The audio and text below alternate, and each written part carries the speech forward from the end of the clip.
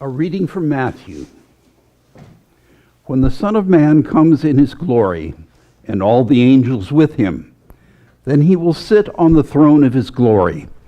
All the nations will be gathered before him, and he will separate people one from another, as a shepherd separates the sheep from the goats. And he will put the sheep at his right hand and the goats at the left. Then the king will say to those at his right hand, "Come, you who are blessed by my Father. Inherit the kingdom prepared for you from the foundation of the world. For I was hungry, and you gave me food. I was thirsty, and you gave me something to drink. I was a stranger, and you welcomed me. I was naked, and you gave me clothing. I was sick, and you took care of me. I was in prison, and you visited me."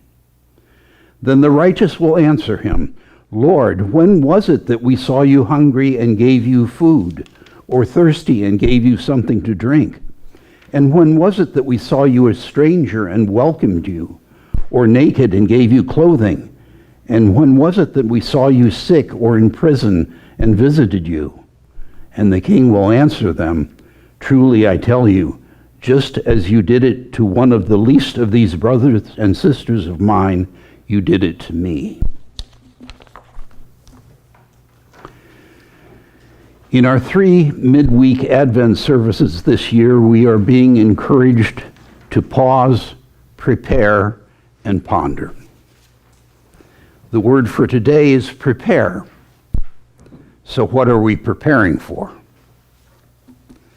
Bernard of Clairvaux, the 12th century abbot and theologian, wrote eloquently of 3 Advents. First, the Incarnation, the Advent at Christmas. And last, the final coming of Christ, the Advent at the end of the age. The second or middle Advent, the one in between these other two, is the everyday arrival of Jesus. The knock at the door, the still small voice, the lonely prisoner, the hungry mother, the weary refugee, the migrant worker, the asylum seeker. Mother Teresa referred to the people she cared for at her mission as Jesus in his most distressing disguises. In other words, Jesus is coming again and again and again. Sometimes Christian life is a matter of being prepared to receive Jesus whenever he shows up. And that is the most difficult Advent to prepare for. When I was an 18-year-old freshman at Iowa State University, I was not prepared for the experience. The number of students at that college was 4 times the total population of the small town I came from. I was an outsider.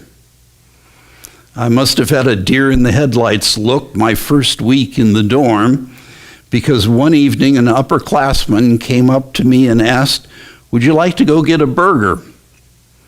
I should have been flattered, but I was not. You see, it was obvious that this young man had cerebral palsy. He had difficulty walking and speaking, and in my teenage brain, my self-worth was tangled up with who I was seen with. I hate to admit it, but I was embarrassed to be seen with this disabled person. What can I say? I was young and stupid then. If I had known how to say no without hurting his feelings, I would have done so, but I didn't, so I said yes.